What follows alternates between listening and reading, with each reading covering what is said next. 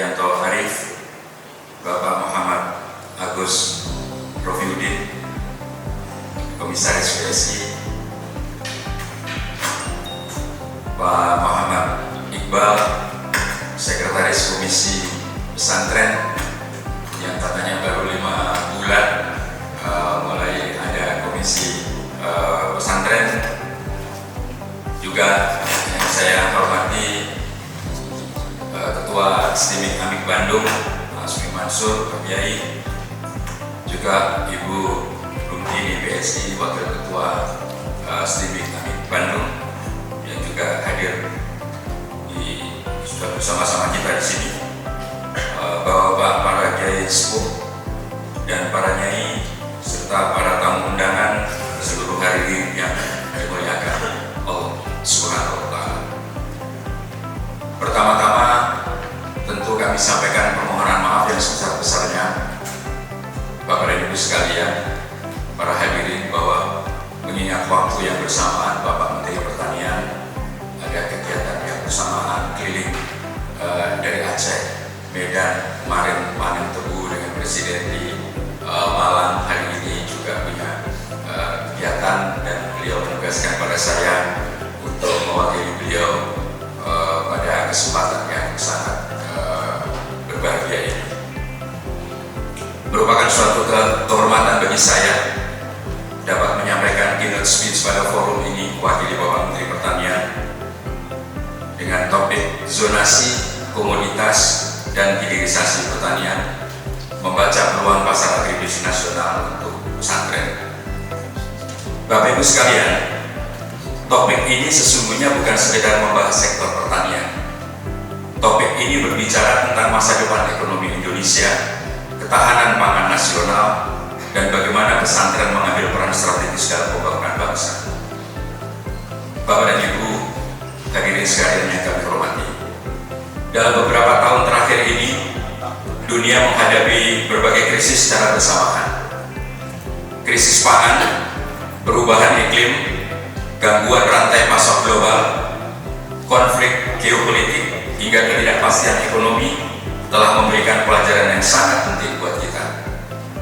Negara yang kuat bukan hanya negara yang memiliki teknologi tinggi, bukan pula hanya negara yang memiliki industri besar, tetapi adalah negara yang mampu menjamin ketersediaan pangan bagi rakyatnya. Karena itu, sektor pertanian kini menjadi sektor yang sangat strategis. Alhamdulillah, kalau pada tahun 2023 kita impor beras 3 juta ton, tahun 2024 kita impor 4 juta ton beras, tapi tahun 2025 kita tidak impor sama sekali. Kita bisa menyiapkan beras medium untuk seluruh tanah air ini, dan stok yang ada di Bulog ada 5,3 juta ton, dan itu adalah stok terbesar sepanjang sejarah Indonesia merdeka hingga hari ini, 5,3 juta ton. Artinya Bapak Ibu sekalian, bahwa kalaupun ada impor beras, katakanlah mungkin 1000 ton, itu pun beras-beras khusus yang memang tidak bisa ditanam di kita, yang memang kepentingannya untuk kebutuhan ekspatriat dari luar negeri, yang memang japonika, beras mungkin barangkali untuk yang nasi kebuli, nasi mandi dan seterusnya, kita itu memang kita impor, tapi itu kecil sekali. 1000 ton dibandingkan dengan produksi kita 34,6 juta ton beras medium yang kita bisa penuhi. Alhamdulillah, itu kita bisa penuhi di dalam negeri, dan insya Allah ini akan berlanjut di tahun-tahun yang akan datang. Bapak Ibu sekalian yang saya hormati, Indonesia sesungguhnya memiliki semua prasyarat untuk menjadi salah satu kekuatan agribisnis dunia. Kita memiliki lahan yang luas, keanekaragaman hayati terbesar kedua di dunia, iklim tropis yang memungkinkan tanaman tumbuh dan panen sepanjang tahun. Negara-negara lain mungkin hanya bisa panen 4 bulan, baik negara tropis di bagian belahan utara maupun yang di selatan. Tapi di negara tropis sepanjang tahun kita bisa tanam, dan sepanjang tahun kita bisa panen, iklim tropis yang memungkinkan tumbuh sepanjang tahun, sumber daya manusia yang melimpah, serta kekayaan komoditas hampir yang tidak dimiliki oleh negara lain. Namun, Bapak Ibu sekalian, di balik potensi besar tersebut kita masih menghadapi paradoks. Kita kaya sumber daya, tetapi nilai tambahnya masih rendah.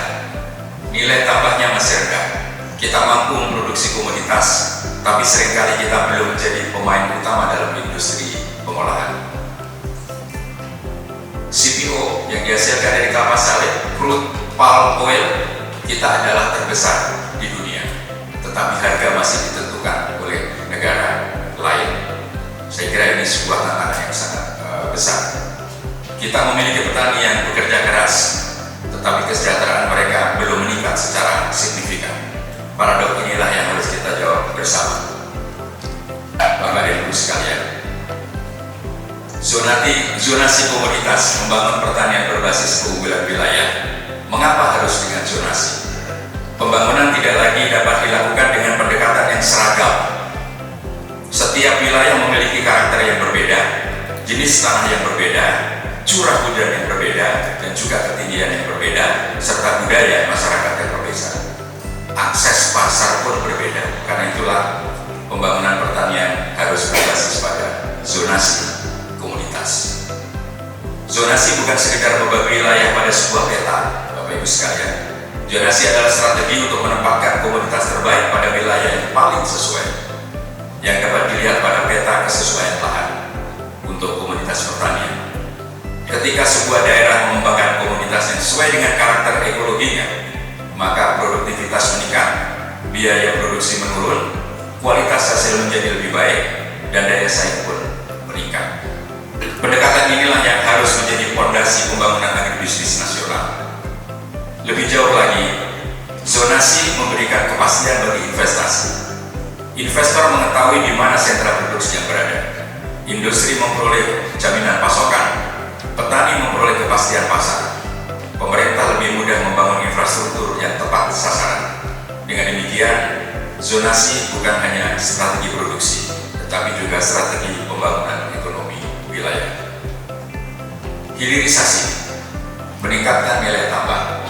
Mengapa hilirisasi? Hadirin dan Bapak Ibu sekalian, jika zonasi berbicara tentang di mana komoditas diproduksi, maka hilirisasi berbicara tentang bagaimana komoditas tersebut menghasilkan nilai tambah. Selama puluhan tahun bangsa kita terlalu banyak menjual bahan mentah. Contoh, CPO, crude palm oil, minyak sawit mentah dikirim dalam keadaan setengah jadi, mungkin malah belum.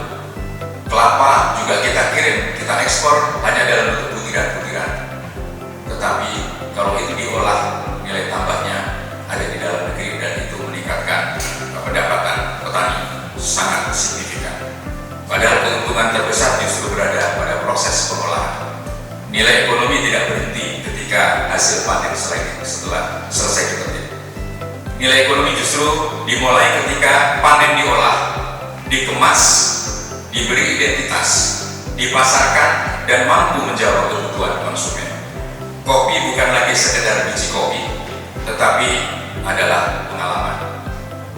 Beras bukan sekedar beras, tapi produk premium dengan standar mutu yang diinginkan oleh konsumen.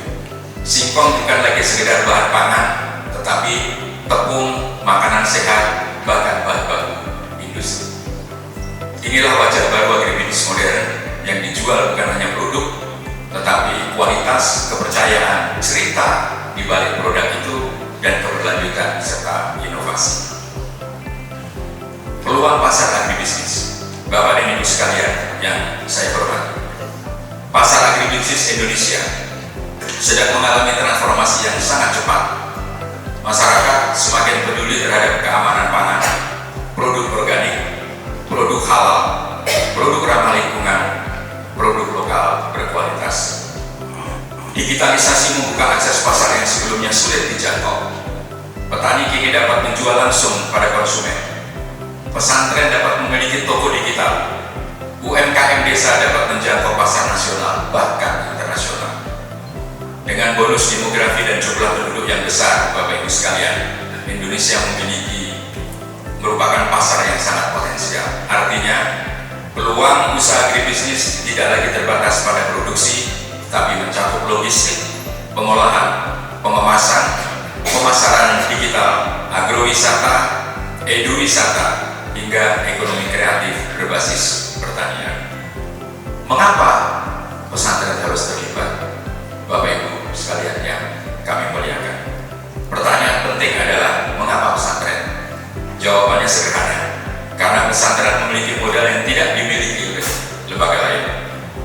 Pesantren memiliki kepercayaan masyarakat, memiliki jaringan yang luas, memiliki sumber daya manusia, memiliki kepemimpinan yang kuat, memiliki nilai spiritual, dan memiliki kedekatan dengan masyarakat pedesaan. Selama ini kita mengenal pesantren sebagai pusat pendidikan agama. Ke depan, saya membayangkan pesantren juga menjadi pusat inovasi pertanian, pusat inkubasi bisnis, pusat pelatihan kewirausahaan, pesantren, entrepreneur, santri, entrepreneur, pusat pengembangan koperasi, pusat distribusi pangan lokal. Bayangkan apabila ribuan pesantren yang jumlahnya 42.000 pesantren di tanah air. Di Jawa Barat ini ada 12.000 kalau tidak salah dari saya koreksi angkanya. Masing-masing mengembangkan satu komoditas unggulan resmi sesuai dengan zonasi wilayahnya. Kita bisa bayangkan berapa yang kita bisa hasilkan. Tentu akan lahir ribuan sentra-sentra ekonomi baru, lapangan kerja tercipta, santri memperoleh keterampilan, masyarakat sekitar memperoleh manfaat, dan pada akhirnya pesantren menjadi motor penggerak pembangunan desa. Dulu Bapak Ibu sekalian, saya masih terlibat, ingat di awal-awal tahun 90-an. Mungkin Bapak Ibu, analisis pasar dan inovasi produk. Kita memerlukan generasi yang mampu menggabungkan nilai-nilai keislaman dengan kemampuan bisnis modern. Hal ini karena sesungguhnya Islam sejak awal telah mengajarkan etika perdagangan, kejujuran, amanah, profesionalisme, dan keadilan.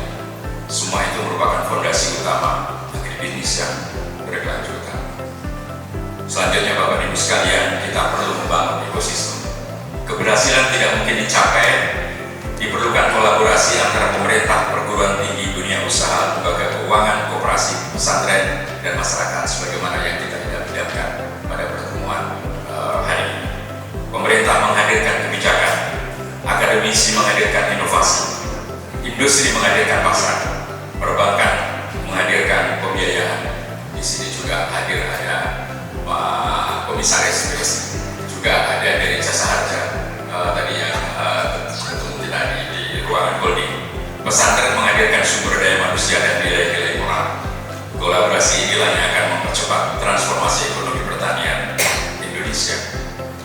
Bapak Ibu sekalian, sebagai penutup, saya ingin menutup keynote ini dengan sebuah keyakinan bahwa masa depan pertanian Indonesia bukan hanya ditentukan oleh luasnya lahan, tetapi oleh kualitas manusianya. Masa depan agribisnis bukan hanya ditentukan oleh banyaknya produksi, tetapi oleh kemampuan menciptakan nilai tambah. Masa depan pesantren bukan hanya ditentukan oleh banyaknya santri, tetapi oleh besarnya manfaat yang diberikan kepada masyarakat. Mari kita jadikan pesantren sebagai pusat lahirnya generasi yang berilmu, berakhlak, mandiri, inovatif, dan mampu membangun kedaulatan pangan bangsa. Kita perlu membangun masa depan dengan perencanaan, ikhtiar, dan kerja nyata, sebagaimana yang diharapkan tadi. Tidak berhenti di dalam forum ini, tapi justru kerja nyata yang akan kita lakukan melalui sinergi antar zonasi komunitas, hilirisasi pertanian, dan pemberdayaan pesantren. Kita mampu wujudkan Indonesia yang berdaulat pangan, maju agribisnisnya, dan sejahtera masyarakatnya. Sebelum saya mengakhiri sambutan ini, izinkan saya memberikan informasi kaitannya dengan program hilirisasi yang saat ini sedang dilaksanakan di tanah air. Lanjut. Slide berikutnya, Mas. Bisa dibantu. Next.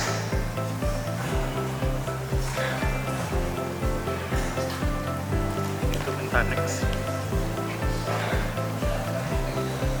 Head.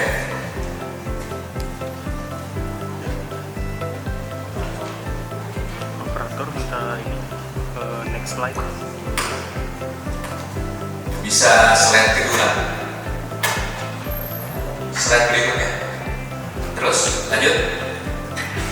Hilirisasi perkebunan sebagai contoh, Bapak Ibu sekalian, pengembangan kawasan hilirisasi yang sedang saat ini dilaksanakan oleh Kementerian Pertanian, oleh pemerintah, tebu, kakao, kelapa, kopi, mete, dan lada.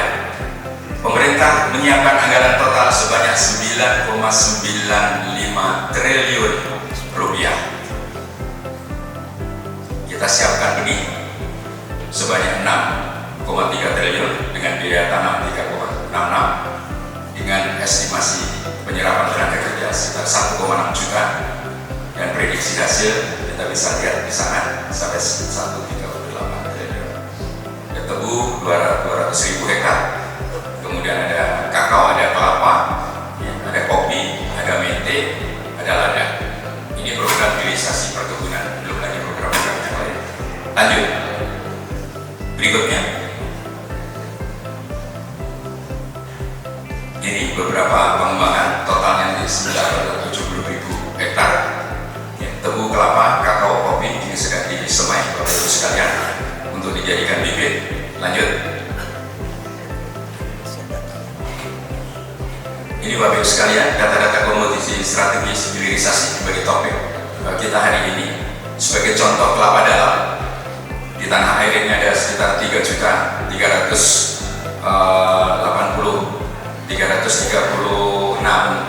hektar ribu dengan nilai ekspor 24,92 triliun.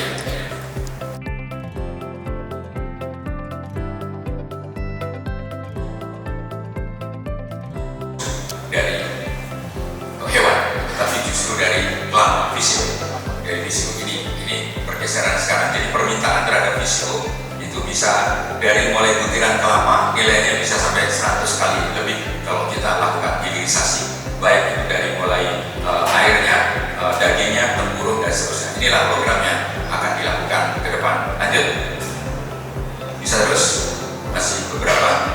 Ini Bapak Ibu sekalian, contoh produk hilirisasi produk kelapa di Maluku Utara. Ya.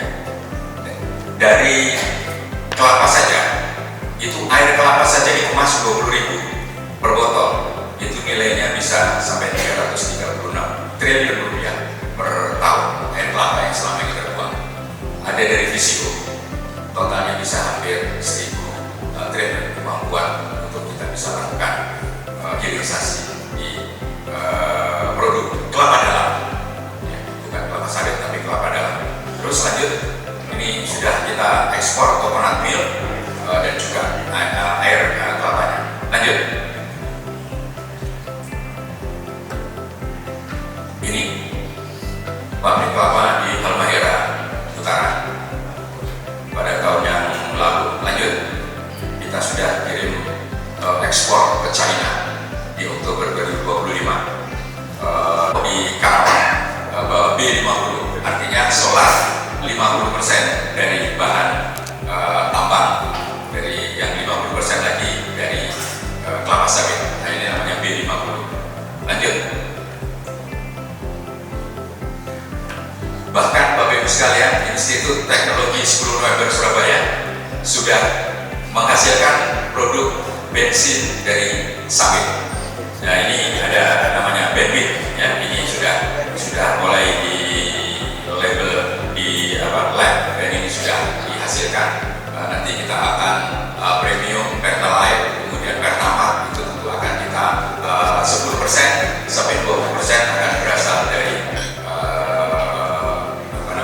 dari bio, baik dari tebu, tetes tebu maupun dari sawit. Nah, ini sudah ditemukan teknologi. Saya kira ke depan kita akan mandiri juga di dalam energi, mandiri pangan, mandiri energi, mandiri protein.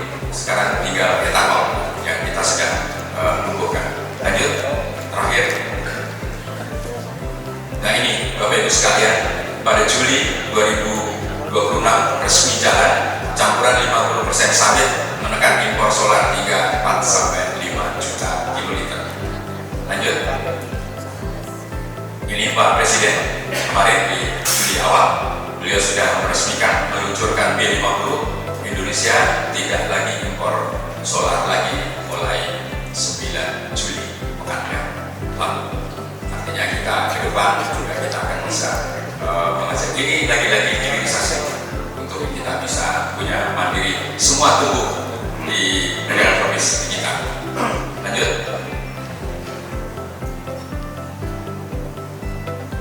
Inilah Bapak Ibu sekalian, ada 6 komoditas strategis yang akan dikembangkan ke depan. Sawit dengan produksinya di 56 juta ton, menjadi margarin, olei, kosmetik dan lain-lain yang potensi nilainya 25 triliun. Kelapa dalam, kemudian ada gambir, Bapak Ibu sekalian, 80% gambir dunia ini dipasok dari Indonesia, dari Sumatera Barat. Gambir itu besar sekali. Ada tanit, marker, tinta pemilu itu dari bahan bakunya dari gambir, dan ini digunakan hampir di seluruh dunia. Tapi kita mengekspornya bahan mentah, diolah di negara lain. Kita akan produksi, kita akan mendirikan pabrik di Sumatera Barat supaya nilai tambah ada di dalam negeri. Ini beberapa komoditi strategis yang memang akan dikembangkan di tanah air. Lanjut. Demikian Bapak Ibu dan sekalian, dan tadi saya sudah sampaikan kepada Pak Kiai, saya sampaikan bahwa Kementerian Pertanian memiliki program hilirisasi dengan anggaran bibit itu sekitar 6,3 triliun. Tolong, saya sudah sampaikan kepada Direktorat Jenderal terkait mana-mana pesantren yang memiliki lahan yang ingin menanam komoditi perkebunan yang saya sampaikan tadi, silakan diusulkan untuk kita bisa bibit.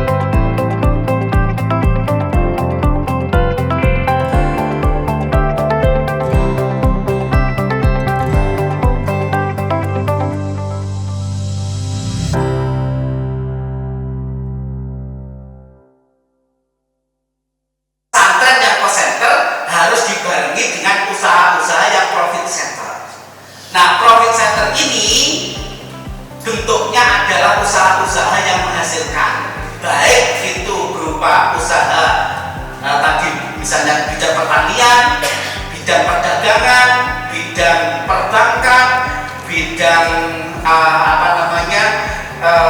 yang terkait fashion dan sebagainya, itu boleh.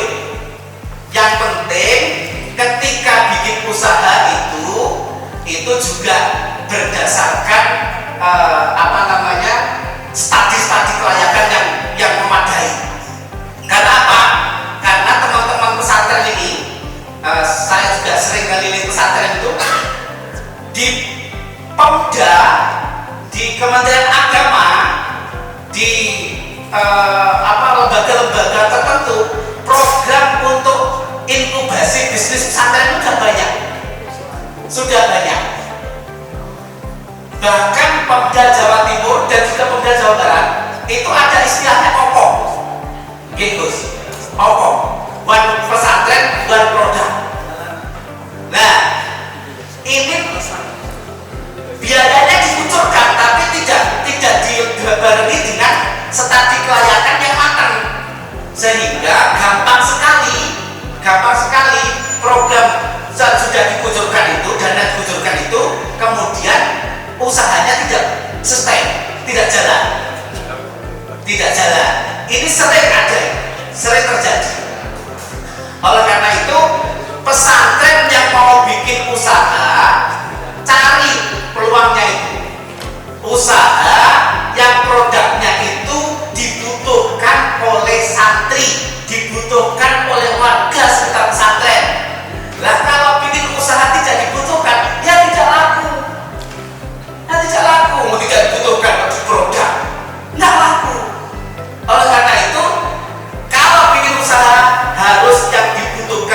sehingga produknya itu laku. Nah, ini yang pertama. Yang kedua, yang namanya usaha itu juga masuk kategori yang nanti kalau besar itu menjadi objeknya Mas Agus. Objeknya Mas Agus. Objek pajak pasti itu. Karena menjadi objeknya Mas Agus di Kemenko, objek pajak ini harus ditata benar. Saya dulu di Badan Wakaf Indonesia, sekretaris Badan Wakaf Indonesia.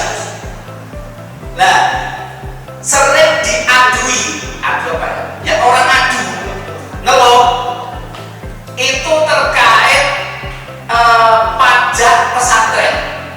Nah, itu termasuk dan aja yang itu Pak, yang di Ciputat apa namanya? Madinatun Najah. Madinatun Najah itu kena curhat ke saya, kena pajak 400 juta. Kemudian datang ke saya, kenapa kena pajak? Karena dia bangun bisnis tidak ditata. Bangun bisnisnya tidak ditata. Dia bisnis kerjasama dengan apotek, yang terkenal itu apotek. Nah, bangun apoteknya di tanah pesantren. Tanah pesantren wakafnya belum di urus sertifikatnya, sehingga masih kena pajak. Nah, waktu dipakai pesantren saja itu oke. Wali kota Tangerang santai-santai saja dipakai sosial kok. Tapi ketika dipakai usaha bisnis itu jatuh, tanahnya dipakai bisnis sekarang. Sehingga dia datang. Nah, ini loh pajak sampai 400 juta, pajak BBB-nya, pajak bisnisnya yang PPN PPH juga kena. Akhirnya dia datang, solusinya bagaimana nih? Karena kalau bisnis di tengah-tengah pesantren kemudian tanahnya belum wakaf, kena pajak. Listriknya yang dulunya sosial naik jadi bisnis.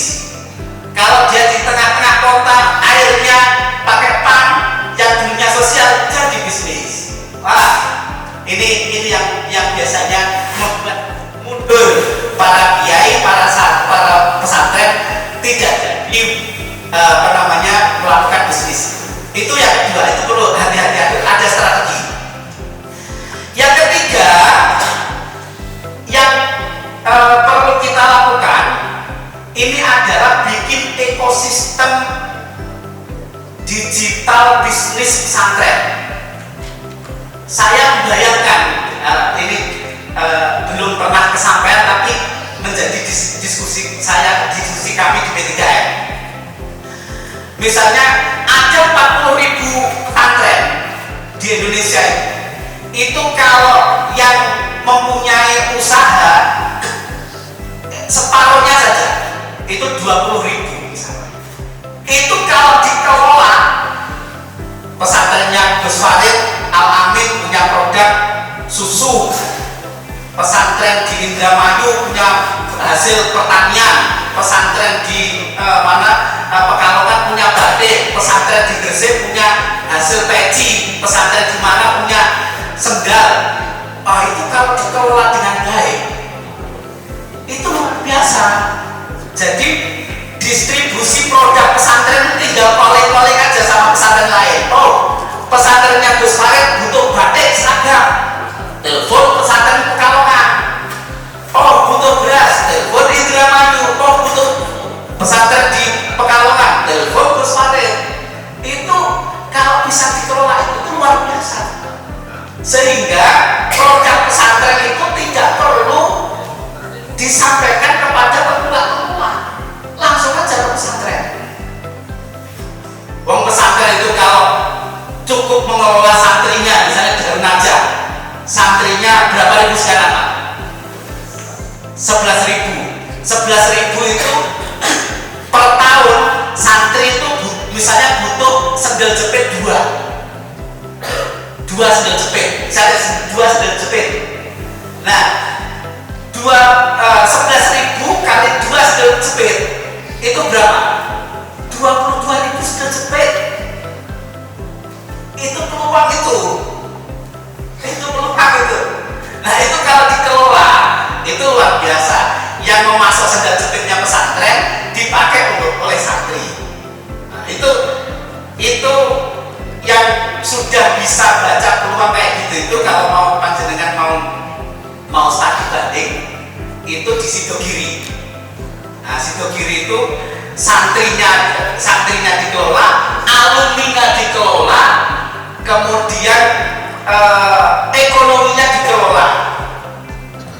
Itu kalau mau studi banding soal bisnis pesantren yang top itu Sidogiri. Karena apa? Karena Sidogiri matang. Dari sisi sumber dayanya juga harus disiapkan. Ini pesantren kadang-kadang kan sumber dayanya nggak disiapkan. Pengen bikin bisnis, tenaganya nggak profesional. Nah, ini yang sering terjadi, sehingga karena nggak profesional, apalagi sistemnya belum ditata rapi, akhirnya kalau yang jaga itu masih junior, pesantren santri junior, yang ngelola itu kemudian seniornya utang, karena utang nggak berani tagih, akhirnya loss. Itu kan sering terjadi, hal-hal yang tidak profesional yang dilakukan oleh pesantren dalam hal bisnis. Nah, inilah yang perlu disiapkan, apalagi kalau bisa membuat startup itu, Pak Mas Agus.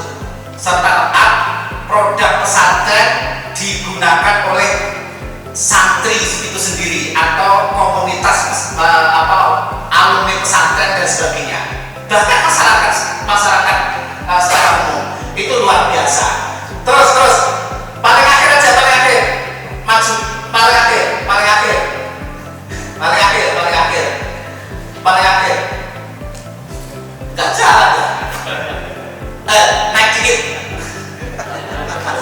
masalah, terus naik dikit naik satu lagi naik dua lagi satu lagi. Nah, ini maksud saya, ada pesantren yang menjadi pesantren itu kan pasti menjadi objek konsumsi, pasti. Tapi pesantren juga ada yang memproduksi, sehingga ini perlu dikelola. Jadi kalau itu produk-produk itu dikelola, ini luar biasa. Jadi ekosistem ekonomi digital pesantren, karena bisa dilakukan dengan startup sekarang. Nah, saya membayangkan kalau ada startup ekosistem pesantren, kemudian setiap pesantren menjadi agen ekspedisinya, wah, selesai itu. Jadi nggak kemana-mana. Nah, ini model-model yang perlu kita ikhtiari bersama, sehingga pesantren tidak jalan sendiri-sendiri, tapi maju bareng-bareng. Saya kira itu yang bisa saya sampaikan. Terima kasih, lebih kurang mohon maaf. Pesantren sebagaimana yang kita tahu bahwa salah satu lembaga yang di dalamnya itu terdapat satu kelompok, kalau boleh saya katakan. Di dalamnya ada pengasuh, ada santri, ada infrastruktur, ada dipunyai, ya. Ini adalah satu kesatuan yang tidak bisa dipisahkan. Ada gedung tapi tidak ada santri, tidak ada orang, itu tidak bisa dikatakan sebagai pesantren. Ada anak-anak yang menetap di situ tapi tidak ada kiainya, tidak ada dewan asatid atau asatidahnya, tidak bisa dikatakan sebagai pesantren. Nah, oleh karena itu pesantren itu adalah satu kesatuan yang komponen yang saya sampaikan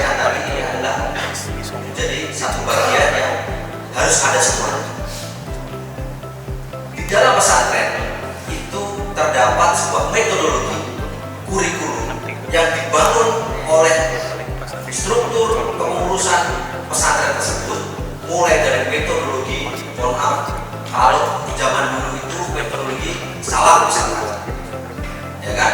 Kalau sekarang sudah bertransformasi, ada kurikulum tahfidz, ya, kurikulum tamsilati, kurikulum sekarang yang lebih maju dari Cambridge. Ini sudah bertransformasi luar biasa. Bapak Ibu sekalian, kalau kita berbicara metodologi, kalau kita berbicara kurikulum, insya Allah pesantren tidak ada yang ngalahkan. Semuanya inovatif. Ya, paginya sekolah, malamnya dininya, sorenya menghafal Quran. Ini semuanya pesantren memiliki inovasi untuk bagaimana kurikulum ini semakin maju. Nah, tapi Bapak Ibu sekalian, mohon maaf, kalau kita berbicara terkait dengan kemandirian ekonomi, Pak Agus, kita perlu bermuhasabah, berkontemplasi. Masih banyak pesantren-pesantren yang secara ekonomi belum mandiri. Ya, tadi sudah banyak disampaikan oleh Biasa. Nah, maka saya ingin masuk ke materi bahwa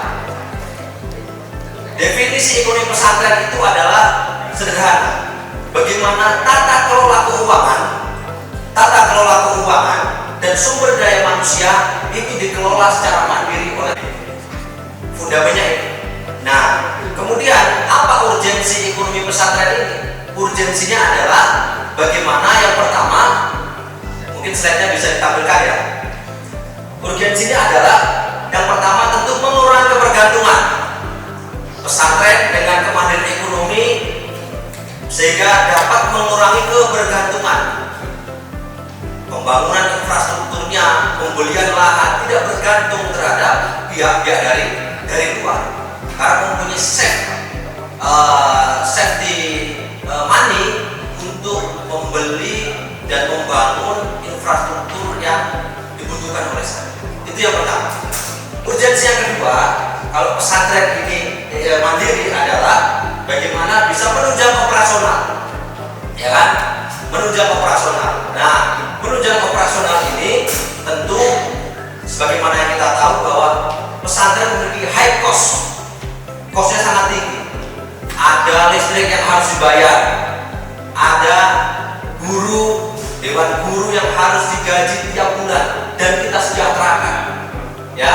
Dan kalau pesantren itu mandiri, tentu dapat memberikan beasiswa untuk para santri fuqara wal masakin, beasiswa untuk anak-anak yatim wal piatu.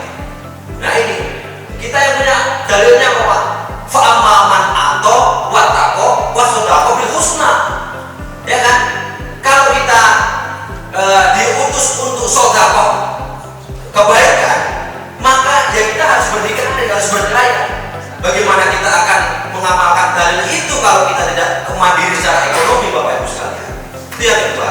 Yang ketiga, urgensinya adalah tentu meningkatkan kesejahteraan. Dengan kesejahteraan semua struktur yang ada di pesantren, maka kita bisa memiliki marwah. Ya, pesantren itu memiliki marwah. Nah, kita jangan sampai pesantren dianggap hanya sebagai institusi yang, mohon maaf, selalu begini, gitu kan? Sehingga kita harus memiliki marwah bahwa kita ini dapat mengoperasionalkan sehingga semuanya sejahtera. Nah, bagaimana komponen yang saya sampaikan tadi ini dapat terlaksana? Maka ada strategi pemberdayaan namanya. Nah, yang pertama tentu pendanaan alternatif. Ini yang sering menjadi kebuntuan daripada pondok-pondok pesantren. Nah, pendanaan alternatif ini bisa dari dana instan, ya, berupa CSR, dari bank wakaf mikro yang saat disampaikan tadi dan lain sebagainya.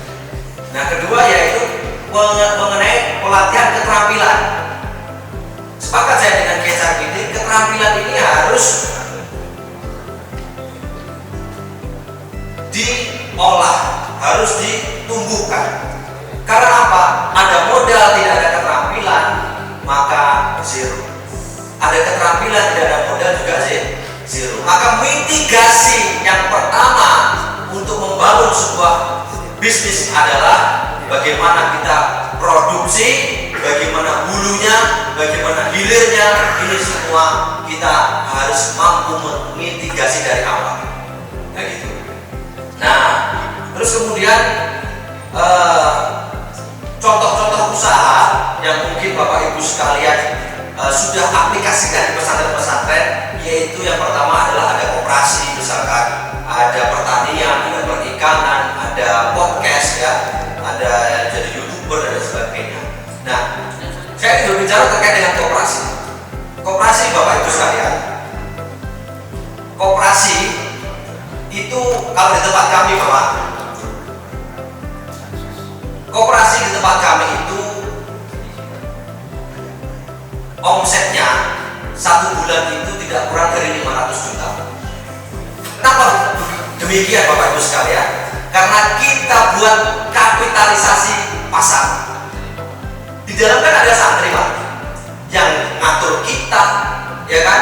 Yang ngatur kita, yang bikin aturan kita, yang bikin kebijakan kita. Jadi kita kapitalisasi saja. Kok bisa sampai 5 juta? Di tempat kami tidak banyak sebanyak Darun Najah, cuma 1000, ya kan? Tetapi semua pembelian kebutuhan santri, mulai sabun dan sebagainya, itu harus melalui koperasi. 500.000 saja Pak dalam satu bulan, ya. Semua 500.000 ini dibelanjakan ke koperasi. Kalau 500.000 kali 1000 itu ada 500 juta. Sesederhana itu Pak. Sesederhana itu. Saya tanya ibu, ngasih uang saku anaknya berapa? 1 juta. Ya. Nah, yang lain-lain, kebutuhan yang lain-lain sudah ada di pesantren. Yang 500.000 saya bebaskan keluar. Kenapa? Ini untuk pemberdayaan ekonomi warga sekitar pesantren. Karena pesantren adalah merupakan lembaga yang tidak bisa berdiri sendiri, ya, tanpa ada dukungan dari warga setempat. Nah, warga setempat juga harus kita berdayakan. Ada yang buka laundry, jualan pentol, jualan bakso, mie ayam dan sebagainya. Artinya apa? Ada pemberdayaan ekonomi di sekitar sini. Nah, bahkan kalau saya melihat, saya amati orang-orang jualan di sekitar pondok pesantren itu jualannya tergantung libur atau tidaknya pondok pesantren. Kalau pesantren libur, mereka juga libur. Kalau pesantren masuk, mereka baru jualan. Artinya mereka-mereka yang di sekitar pondok pesantren kami itu sangat bergantung terhadap pesantren. Nah, itu Bapak Ibu sekalian. Belum lagi peternakan. Nah, ini saya ingin menyampaikan peternakan saya. Tadi Pak, yang sebelumnya tadi. Contoh-contoh usaha tadi, koperasi. Koperasi kalau dimaksimalkan itu omsetnya bisa sekian. Yang kedua adalah peternakan. Nah, peternakan ini Bapak Ibu sekalian, Darun Najah punya santri 11.000, saya punya santri alhamdulillah 100.000. Tapi berbentuk ayam Bapak Ibu sekalian.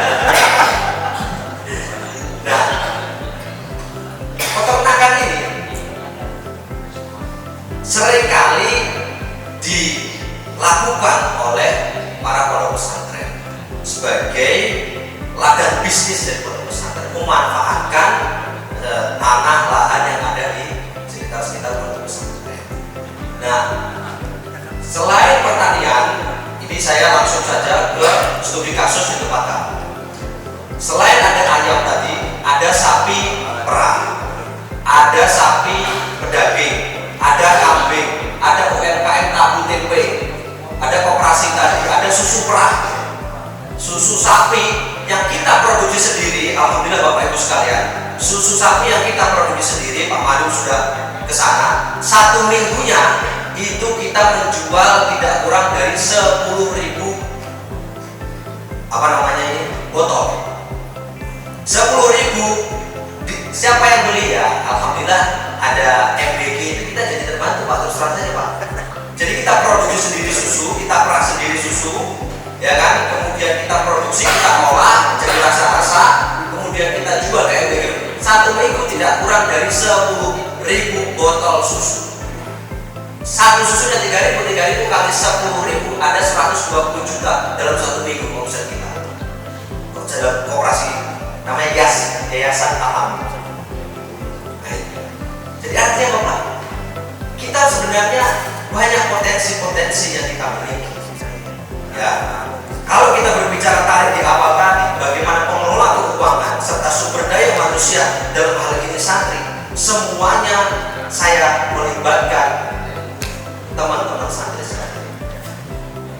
Saya menggaji orang-orang profesional, tapi di sisi lain kami juga bagaimana output daripada kemandirian ekonomi pesantren ini adalah bagaimana santri-santri ini mendapatkan jiwa entrepreneurship.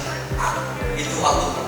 Tidak untuk, ya saya kira Bapak Ibu sekalian, kalau untuk makan, untuk belanja dan sebagainya sudah cukup. Tapi bagaimana kita mempunyai mental dan mindset memberdayakan santri. Santri keluar dari pesantren jangan bisa bikin proposal, kemudian melamar kerja sana sini. Tapi bagaimana santri itu keluar dari pesantren bisa memberdayakan diri sendiri minimal. Nah, itu yang terakhir tentu Bapak Ibu sekalian, kemandirian ekonomi tidak hanya strategi bertahan hidup, tetapi bentuk nyata daripada pendidikan karakter.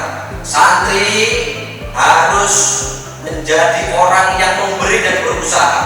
Ya, santri harus menjadi orang yang memberi dan berusaha. Belajar mengelola toko, koperasi pertanian dan sebagainya itu adalah sebuah mindset untuk santri-santri ini berkembang secara mandiri. Orang tua kami sering menyampaikan bahwa ekonomi bukan tujuan, tapi ekonomi adalah alat perjuangan. Maka setiap laba yang dihasilkan itu bukan tentang soal keuntungan, tapi soal keberkahan. Apabila pesantren-pesantren yang terkumpul di dalam komisi pesantren ini memiliki kemandirian ekonomi, maka kita akan menepis yang namanya kulla yakuna dullatan baina agniya. Tidak, ekonomi tidak hanya berputar di orang-orang itu saja, tetapi ekonomi akan lahir dari pesantren-pesantren. Ekonomi akan lahir bottom up, dari bawah ke atas. Sekian, wassalamualaikum warahmatullahi wabarakatuh.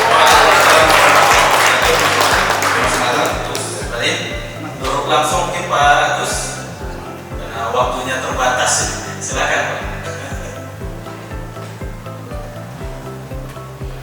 Bismillahirrahmanirrahim. Assalamualaikum warahmatullahi wabarakatuh. Waalaikumsalam warahmatullahi wabarakatuh.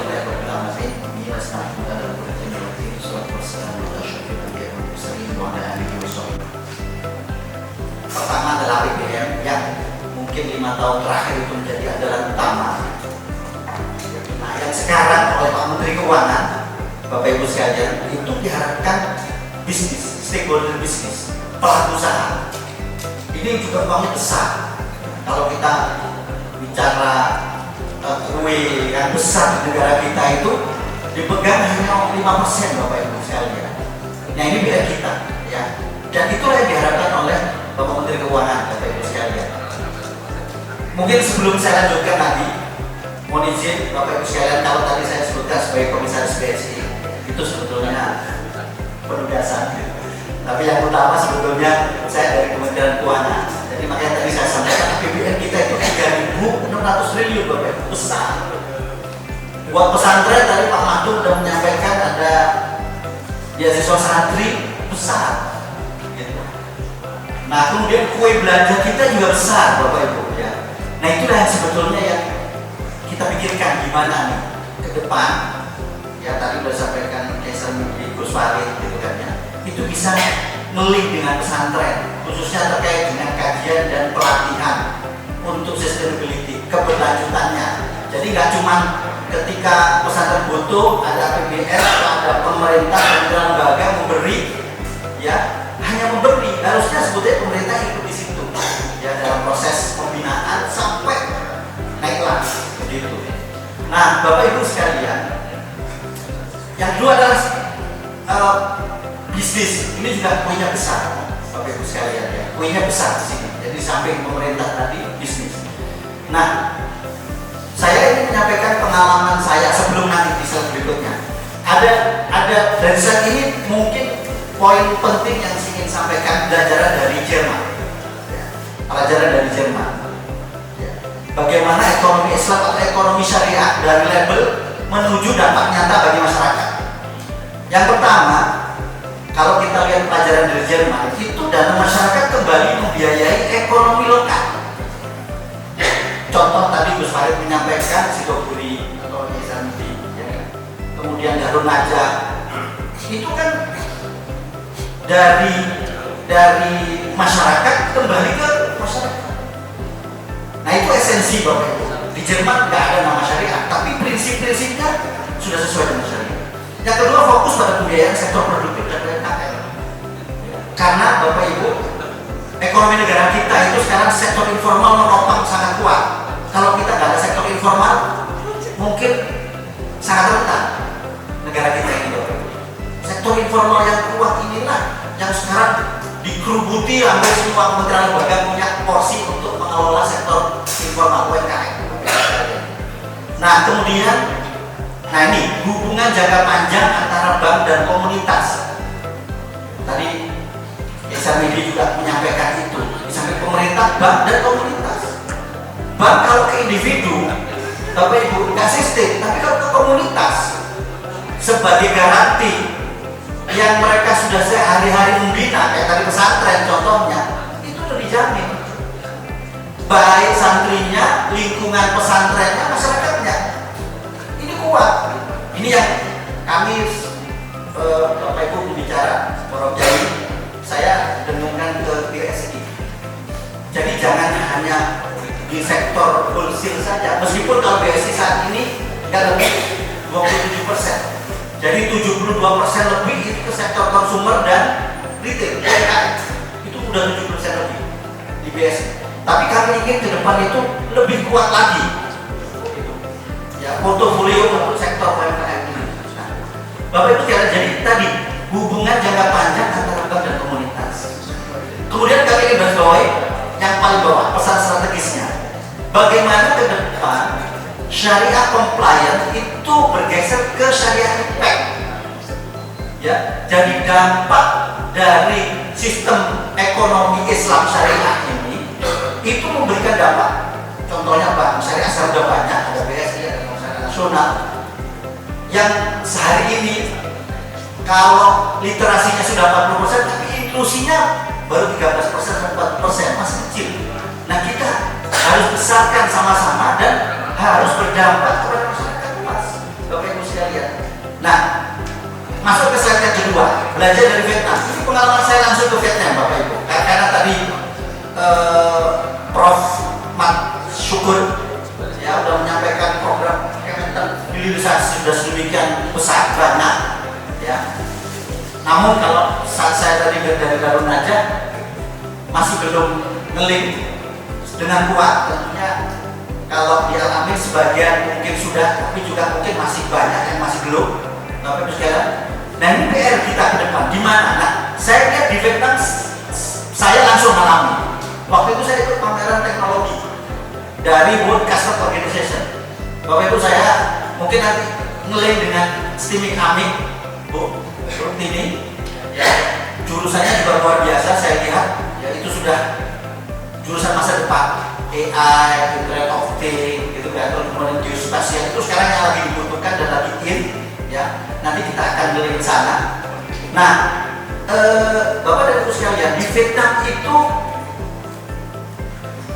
kolaborasi membangun ekosistem antara pemerintah, bisnis dengan masyarakat, pemilik lahan maupun pemilik lahan maupun toko besar. Itu sudah sedemikian erat. Saya dari dulu sampai ke hilir ikutin waktu saya ke Vietnam. Jadi meskipun ada pameran teknologi, ada set waktu Bapak Ibu ya. Kalau saya cuma ngikutin pameran nggak tahu implementasinya di lapangan, rugi. Jadi saya curi-curi waktu, ada sela-sela waktu saya kontak. Itu luar biasa Bapak Ibu sekalian di Vietnam itu. Jadi jalan dibangunkan oleh pemerintah sampai masuk ke komplek-komplek pertanian yang kecil-kecil. Kemudian pemerintah mungkin langsung halaman berikutnya yang Indonesia ya. Pemerintah juga risetnya nyambung ke petani langsung. Ya, slide berikutnya. Nah, kemudian pemerintah juga menyediakan platform itu untuk memastikan iklim ini saat tanam yang pas nggak ya untuk padi atau untuk komoditas yang lain, tebu, ini saatnya yang pas nggak ya untuk tanam. Oh, cuacanya nggak bagus, pakai platform.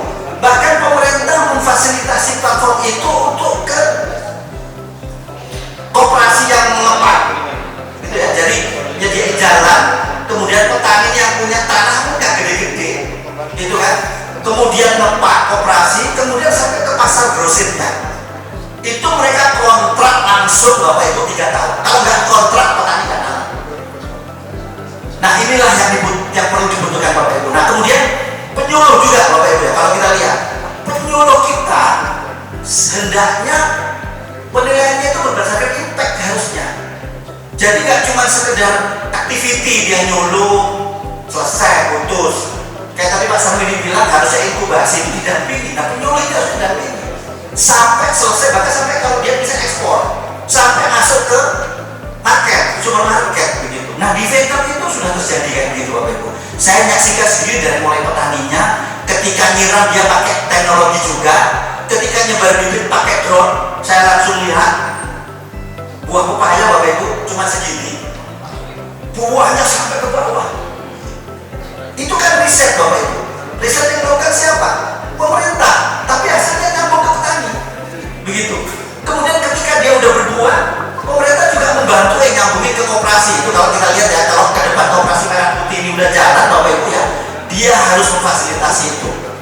Kemudian marketnya di samping masyarakat langsung, termasuk supermarket yang besar-besar, itu di Vietnam terjadi kayak gitu. Nah, Bapak Ibu ya, kemudian yang sebelah kanan nomor 2, kenapa saya taruh nomor 1 pemerintah? Karena dia dibagi sebagai enabler. Jadi tanggung jawab pemerintah terhadap sektor informal dan UMKM sangat besar Bapak Ibu, karena penopang negara kita sekarang itu sektor UMKM Bapak Ibu sekalian. Yang kedua, petani, pelakunya. Saya setuju dengan Kiai Khoirul tadi menyampaikan ya, urutan pertama itu mindset. Saya lihat di Vietnam Bapak Ibu, memang benar-benar mindset dari petani Bapak Ibu itu luar biasa mereka ya. Saya bukan sedikit ya, mindset, kapasitas, praktek, pendampingan, baru jejaring dan pembiayaan yang tadi Kiai Khoirul sampaikan. Saya setuju banget itu.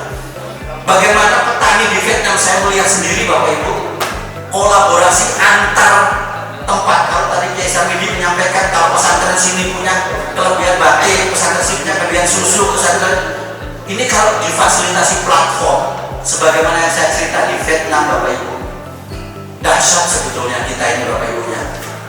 Nah, kemudian jaminan pasar oleh kontrak tadi saya sampaikan. Jadi di Vietnam kalau belum ada kontrak mereka nggak nanam, dan pemerintah yang jamin. Udah ada kontrak, menengahi lah paling tidak dengan market. Begitu ada kontrak dia mulai nanam dan sudah ada kepastian nanti selesai kemana, begitu ya. Dan tadi saya sampaikan ya, difasilitasi sarananya itu sampai ke sawahnya yang paling ujung. Jalannya bagus Bapak Ibu, karena saya langsung di situ.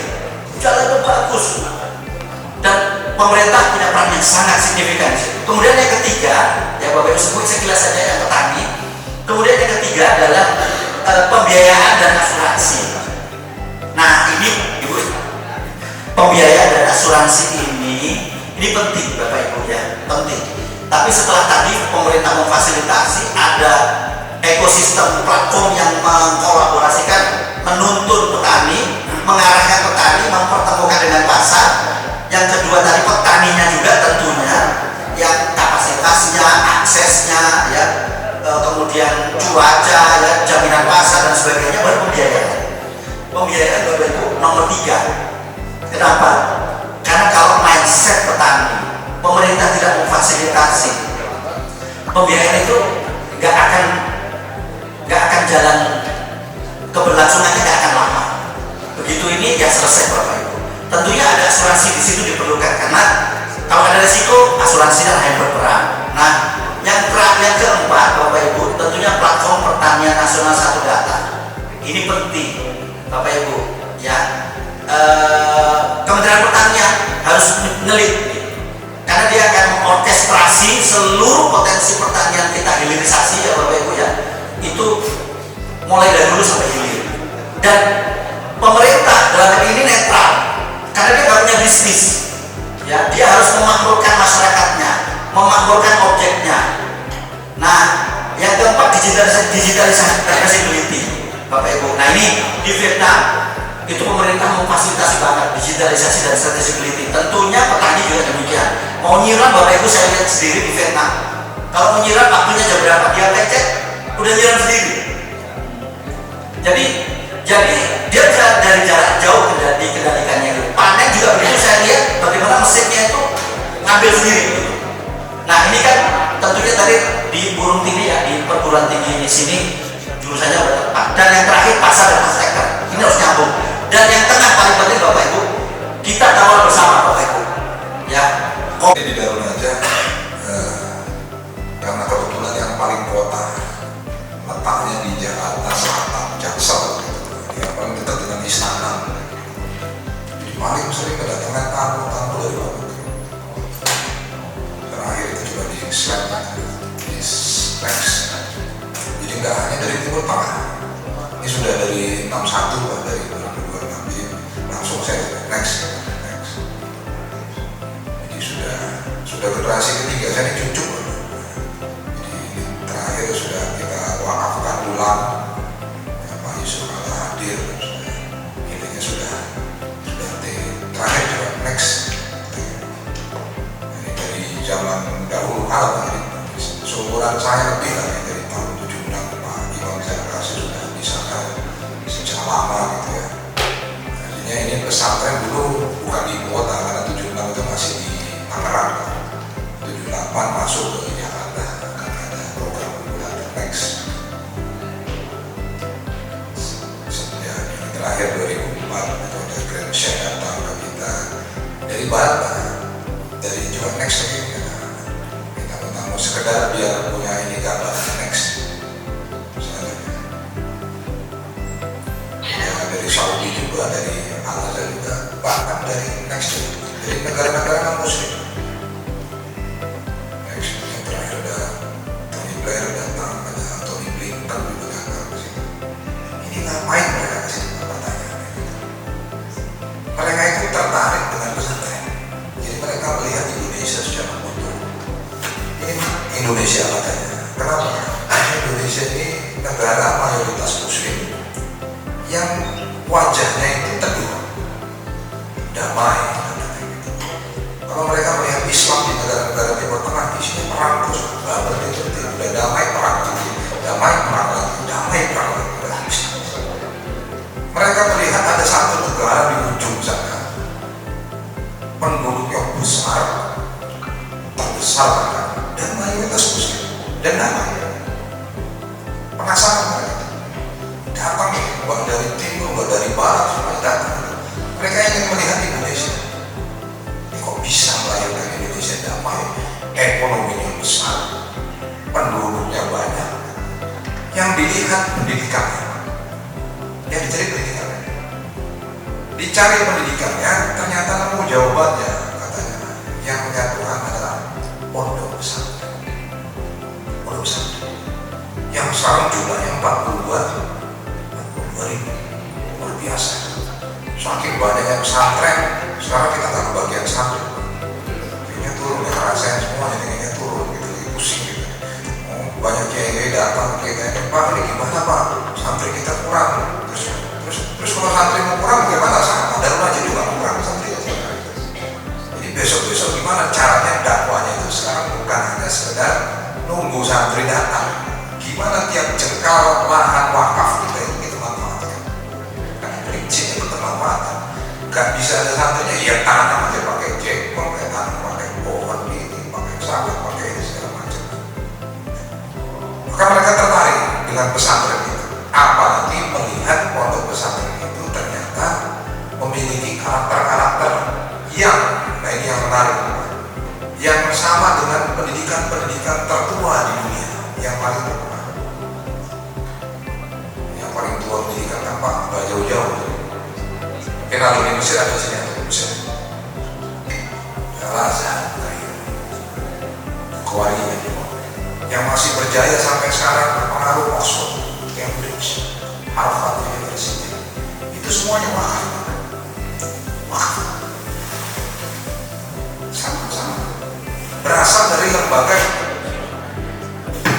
institusi. Aslinya Cambridge, Oxford, Harvard itu gereja yang sekarang berkembang karena endowmentnya. Saya pernah ke Cambridge, ke Oxford University, ada satu namanya Worcester College. Itu pimpinannya kebetulan Worcester College itu namanya Dr. Afifi Al-Khatiri. Dia orang Malaysia Datu. Ketika saya mendampingi Prof. Hamid ke sana itu dari Minda Water itu dikasih tahu, diajak keliling 16 hektar. Itu dia bilang, ini Pak, tempat yang kita sekarang berada di sini itu ada gereja, ada ini segala macam. Ini pesantren, percis pesantren. Apa dia bilang begitu? Bisa bertahan seperti sekarang itu karena apa? Karena diwakafkan. Jadi ketika Raja Inggris itu bolak-balik perang Khalid dan kalah, itu mereka penasaran, ingin belajar kok bisa Islam itu jaya dengan pendidikannya. Dicarilah apa pendidikannya. Oxford, apa namanya, Kairo, Al-Azhar. Ternyata ada wakaf. Statuta wakaf itulah yang dibawa ke Oxford. Oxford melahirkan Cambridge, Cambridge melahirkan Harvard, Yale University dan segala macam. Saya kebetulan tahun lalu mendampingi Pak Menteri Agama ke Harvard University. Kita melihat sendiri. Dan ada tulisan di situ. Di Fakultas Hukum itu ada ayat Al-Quran. Dan mereka mengakui bahwa mereka belajar dari umat Islam. Dan salah satu endowmentnya itulah yang harus sekarang kita pelajari. Dan ini yang sekarang saya melihatnya, ini sebenarnya celah untuk kita, bagaimana kita ini sebenarnya bisa meningkatkan. Kenapa? Karena tadi saya dibincang-bincang Prof. Agus dengan Pak Agus, dengan ini, dengan Gus Fahmi dan segala macam. Salah satu tantangan utama yang paling besar di dunia itu adalah semangat kewirausahaan yang dibawa oleh santri, oleh guru, segala macam. Anak santri itu sebenarnya secara mindset Pak, sudah kreatif, sudah entrepreneur. Gimana kreatif kita dengan disiplin segala macam, makan seadanya. Ya kalau kita di santri kan ya, dulu kalau saya jadi santri itu Pak, sampo itu kalau saya bawa ke kamar mandi habis dari kita yang teman-teman saya. Akhirnya mikir saya kreatif, gimana caranya nggak habis ya? Itu Pak, ambil sampo, taruh di tangan, masukin peci, taruh di sini, pakai peci lagi, masuk kamar mandi, awet. Kenapa? Karena kita nggak bawa botol aja, mikir kreativitas gimana caranya. Belum lagi kalau masalah izin, belum lagi kalau masalah kabur, bagaimana kalau segala macam. Oh, kreatif. Secara mindset anak santri itu sebenarnya sudah kreatif.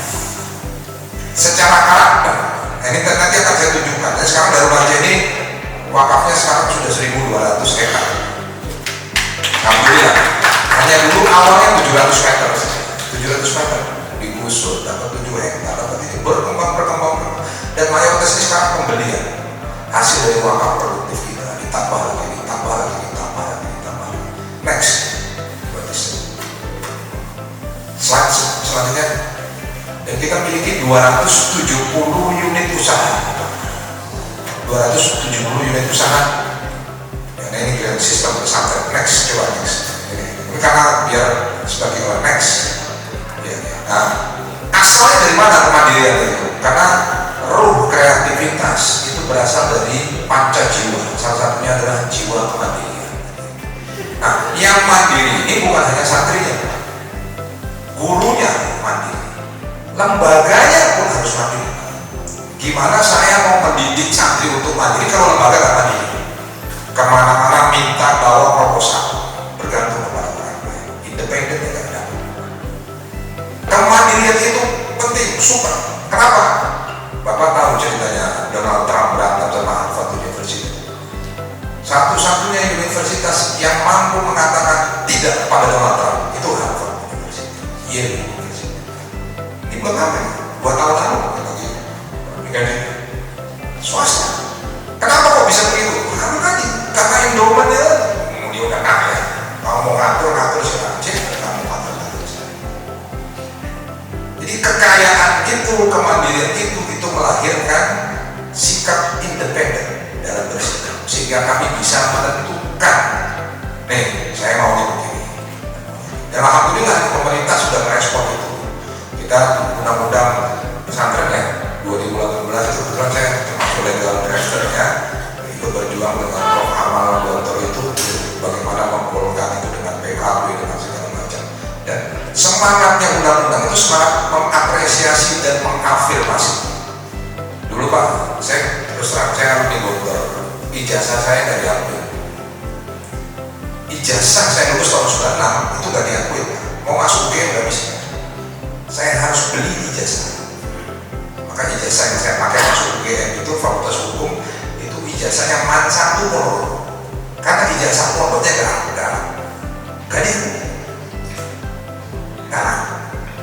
sampai segitunya pemerintah kita.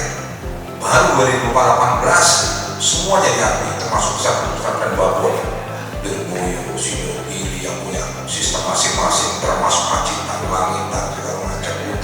Akhirnya udah dikasih cek kosong sama pemerintah.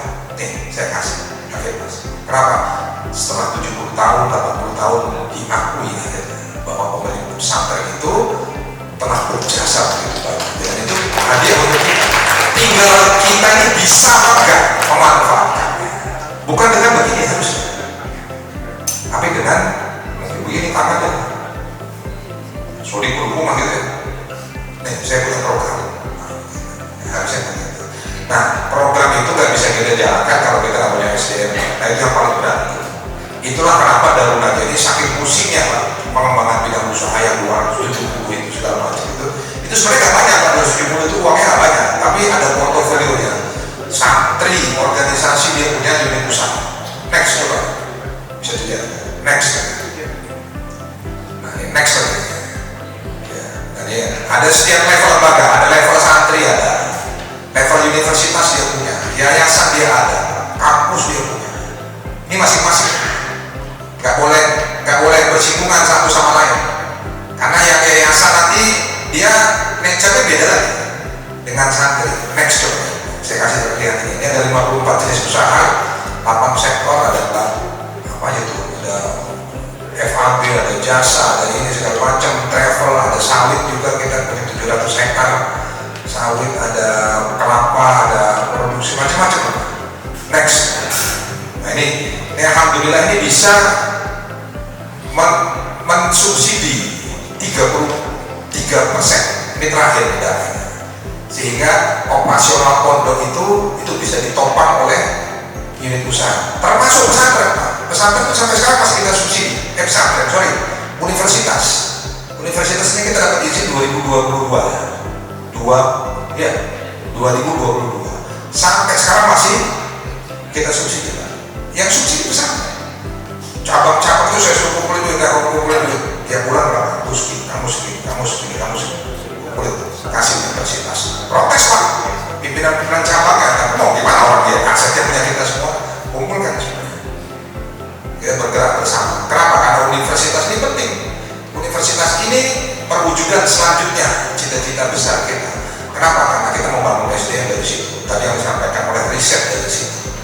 Jadi riset kita segala macam termasuk inkubator bisnis itu kita bangun dari situ. Jadi kita membangun sekarang daripada kita pusing nyari orang luar, mohon maaf ya.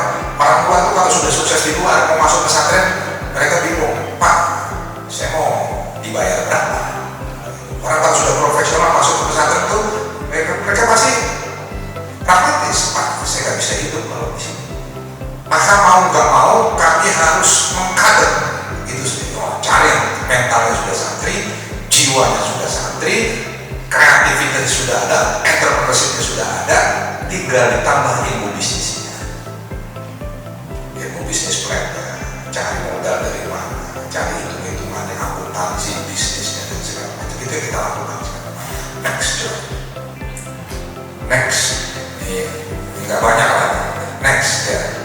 Nah ini termasuk ini sebagai investasi untuk kesejahteraan guru. Sebagian unit-unit usahanya itu kita bagikan untuk saham guru-guru yang mau ikut terlibat. Ada yang ikut di Sambi, ada yang ikut di bis, ada yang ikut di travel, ada yang ikut sekarang. Sehingga tadi ini bagian untuk mensejahterakan para pejuang-pejuang yang ada di pondok negara. Next. Nah ini ada kita punya yang disebut dengan dual track model. Nah ini kalau Bapak lihat dia ada diagram Venn di sini. Ini ada yang tadi disebut dengan proses oriented, ada yang disebut dengan profit oriented. Proses oriented itu ya pendidikan, itu nggak boleh kita otak-atik. Guru kalau macam-macam, misalnya nih, mohon maaf ya, kepala sekolah itu biasanya kalau bisnisnya bisnis buku, buku itu diutak-atik sama kita. Oh, mintanya penerbit yang sana, penerbit ngasih semua sekian. Saya bilang buku itu masalahnya dia sebenarnya, jangan dikutak-atik. Kepanitiaan, jangan dikutak-atik. Itu haknya satu. Kasih ke santri semua. Itu proses oriented. Tapi di satu sisi itu profit oriented. Mau yang bisnis beneran, bisnis. Tapi ada yang di tengah-tengah nih yang menarik kita. Ini hybrid. Dia ada di tengah-tengah. Itulah bisnis yang dikelola oleh santri. Dia profit dapat, tapi sebenarnya ada prosesnya di situ, latihan kewirausahaan santri. Dia ngatur ini, dia ngatur keuangan, dia ngatur ini segala macam sehingga dia bisa paham. Ini dua model yang kita akhirnya kita yang yayasan profit, yang pesantren ini proses. Tapi organisasi unit-unit usaha milik santri, milik guru, milik segala macam, nah itu hibrid. Dia ada di tengah-tengah. Sehingga nanti ini namanya perlakuannya berbeda. Kalau yang ini memang kita profesional, kita serahkan kepada orang profesional. Sementara yang ada di sini tidak boleh kita profesional, kasih haknya. Next, itu disebut dengan dua term. Contoh-contohnya itu next. Ya, ini next. Ya, cepat aja next. Nah, ini sama, sebenarnya pesantren sama-sama semua nih. Next. Jadi kita punya industri kreatif, ada ini, ada coding, ada ini, ada travel, ada BNT, haji, rental. Next lagi ada sawit, ada ini akikah, properti. Nah terakhir ini kita mau bikin hotel bintang 4. Nah ini kebetulan tanah lahannya di Jakarta, jadi IDB itu sampai tertarik datang ke kita. Mereka melalui Afif ini Out of Property Investment Fund. Mereka sudah datang ke tempat kita 2 kali. Nah, ini kita bikin, wah ini cocok ya jadi hotel. Next, mudah-mudahan ini jadi hotel wakaf pertama di Indonesia. Amin ya Rabbal. Next, ada voucher khusus buat pesantren terpaksa. Anda belanja, Anda menginap, Anda beramal. Oh, nikah. Nah, istrinya satu aja tapi yang mau. Sebelumnya. Nah ini juga ada bengkel kita ini. Karena kebetulan tadi nilai ekonominya kan tinggi di Jakarta. Jadi kalau kita nggak manfaatkan itu dengan baik, wah sayang sekali. Maka kita berpikirnya tuh ala orang Jakarta. Next ya. Termasuk MBG, tapi saya rasa MBG itu sudah ada 4 Pak. Jadi kita alhamdulillah. Cuma ya, masih ada apa ya? Cuma kemarin karena keburu di moratorium jadi belum sempat jalan. Ini lagi kita minta gimana caranya Pak udah 100% persiapannya. Karena itu nanti ekosistemnya luar biasa. Yang tadi yang disampaikan. Karena ekosistemnya luar biasa. Jadi pasokan ini segala macam dari kita semua. Dan itu wakaf. MBG itu wakaf. Jadi modalnya dari wakaf segala macam. Jadi kemarin sampai datang tuh Pak Pak Soni Sanjaya itu datang ke Darul Raja. Ya, itu masih seger waktu itu Pak. Masih merdeka sekali beliau datang ke situ. Oh ini wakaf MBG. Wah ini pesantren ini karena amanahnya Pak Prabowo harus dicepat pesantren di MBG kan gimana? Karena itu hak membantu pesantren itu berarti membantu umat secara keseluruhan. Karena natural dia entrepreneur merdeka dia. Ini mesin pedagogis dia udah kelihatan. Next. Nah ini kalau ini nanti bisa dilihat dan nanti desain pendidikan ini memang sudah didesain.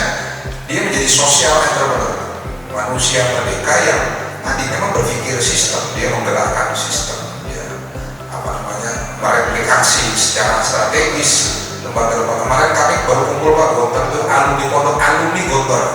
Jadi alumni yang bikin pondok pesantren itu jumlahnya sudah 1.500. Gontor ini 100 tahun ini, besok puncaknya itu orang dikumpulin Pak 1.600 berapa? 1.600 pondok pesantren. Termasuk kalau di Bandung ini ada bahasa yang tadi ada yang ada bahasa dia pesantren, tapi banyak. Dan sekarang ini semakin hibrid, ada yang Gontor plus salaf, kontrol, plus tafid, ada macam-macam. Pokoknya variasi itu udah semakin macam-macam, nggak terlalu setia sama kontrolnya, macam-macam. Udah boleh-boleh ada plus kitab kuning, ada plus ini, ada plus ini. Next. Tapi tetap di situ. Nah ini yang sekarang kita lakukan, kita membangun Universitas Darul Najah dengan salah satu kekhasan kita itu yaitu kewirausahaan. Karena ini sunnah Nabi yang terlewat. Sunnah Nabi. Nabi itu pedagang. 20 berapa tahun ya? Lebih lama bahkan menjadi Rasul. 25 tahun pedagang. Semangat kayanya itu, semangat pedagang, semangat entrepreneurship itu yang hilang. Yang harusnya kita ambil. Yang harusnya kita ambil. Syarat negara maju itu entrepreneurnya lebih dari 2,5% harusnya. Singapura paling tinggi 10%, Amerika 10%. Indonesia itu kepepet bener, jadi apa namanya ya? Jadi karena nggak punya kerjaan aja, akhirnya jual gorengan gitu. Kemarin saya lihat di YouTube itu ada namanya negara terigu, negara tepung gitu. Kenapa? Karena kita makannya cimol, cilok, cici lah begitu. Kenapa? Karena itu bukan bisnis sebenarnya itu bertahan hidup, survival mereka. Bisnis itu harusnya berbasis inovasi, berbasis ini harus kita, dan ini yang tidak bisa dilakukan kecuali kalau kita melalui penelitian dan segala macam. Nah ini mesin kuat. Next, ini sebentar lagi nih. Nah ini universitas kita salah satunya kita buat sekarang di bawah pesantren Pak. Jadi universitas di bawah pesantren. Makanya saya disebutnya dengan presiden. Jadi presiden itu sebenarnya nggak ada nomenklaturnya di Indonesia. Presiden sebuah universitas sudah ada kan? Kalau di Indonesia nggak ada Pak. Tapi gimana ya menaruh kiainya gitu. Jadi Kiai Sofwan dengan saya itu akhirnya dibikin jabatan baru namanya presiden. Meskipun gajinya nggak ada lagi, cuma satu doang, itu cuma level. Artinya apa? Rektor itu melapor kepada kiai. Nah kalau kiai Pak, kesulitannya kita ngomong kiai itu ketika tamu dari barat itu datang, mereka bingung. Which one is the headmaster? Nah, headmaster kan kepala sekolah, tapi yang ditunjuk this is kiai katanya gitu. What's kiai katanya? Jadi nyebut kiai itu bingung menjelaskannya kan panjang lagi gitu. Akhirnya kita buat jabatan sendiri namanya presiden. Yang jadi kiai dari presiden. Nah, gitu. Itu next. Nah ini sekarang kita buka fakultas-fakultas kewirausahaan, digital bisnis, ini entrepreneurship dan segala macam itu. Dalam rangka tadi sebenarnya mempersiapkan kemandirian ekonomi pondok pesantren secara keseluruhan. Ini banyak beasiswanya. Nanti kalau pesantren kader-kadernya ada silakan kirim kita. Kita kerjasama dengan Basnas ya, Basnas itu juga ada dari Basnas Siap juga ada, Basnas ini. Kita juga punya Basnas juga ada dari Asfa Foundation. Itu kader-kader pesantren Pak. Sekarang ada berapa kader pesantren? Ada 78 Pak, gratis kuliah di sana. Termasuk manajemen pesantren pertama di dunia Pak. Prodi manajemen pesantren pertama di dunia. Di dunia. Karena pesantren hanya di Indonesia doang. Jadi yang pertama di Indonesia ada yang next. Nah ini sebagai manajemen Cornex. Ya, ini inkubator bisnisnya. Inkubatornya bisnisnya baru kita mulai sebenarnya, tapi ini lumayan sekarang sudah bisa meningkatkan minimal untuk internal kita ada trickle down effect. Jadi unit usaha Darul Najah itu sekarang dikembangkan oleh dosen-dosen. Dosen-dosen mereka tahunya teori-teori, tapi teorinya kalau nggak terpakai untuk membimbing usaha dan segala macam mereka salah. Akhirnya itu kita manfaatkan untuk itu. Jadi kita menjadi sinergi next. Nah ini ada ininya skema sinergi universitas, pesantren, unit usaha, yayasan dan segala macam itu dengan apa namanya dengan inkubator bisnis dan fakultas bisnis yang ada di pesantren Darul Najah. Next, ya next. Ini sudah tadi saya nggak perlu jelaskan. Next, ya inilah ini sebenarnya jawaban. Artinya pondok pesantren itu kerajaan sendiri. Kita ini kan suka-suka kita kalau bikin apa gitu, aturan-aturan kita sendiri asal jangan melanggar undang-undang gitu. Nah, kreativitas itulah yang harus kita apa namanya kita tunjukkan dan saya mengajak begitu para pimpinan dan kiai-kiai tadi. Artinya secara alami itu pondok pesantren itu sudah ada secara jiwa, mental dan segala macam. Terus tinggal kita tingkatkan karena basicnya itu landasannya itu adalah bahwa kita ini harus mandiri sehingga kita bisa mandiri dalam bersikap menentukan apa yang terbaik untuk santri-santri kita dan segala macam sehingga kita ketika mandiri itu sumpahnya hadir, wibawa kita juga ada dan kita bisa berdiri jadi tanpa harus menuntut kepada orang lain, kepada pihak-pihak lain, apalagi antek-antek asing tadi ya, misalnya Prabowo nggak boleh itu harus mandiri. Ini saja dari saya. Assalamualaikum warahmatullahi wabarakatuh. Waalaikumsalam warahmatullahi wabarakatuh. Sudah tepuk tangan untuk semangatan kita siang hari ini. Ya, terima kasih banyak Kiai Dedi. Ini teman-teman juga alhamdulillah kalau para puasa mahir yang hadir di sini dari pagi sampai siang melihat yang tampil di depan ini pemuda-pemuda semuanya. Nah, masa depan pesantren insyaallah cerah lah. Ya. Apalagi Kiai Dedi ini baru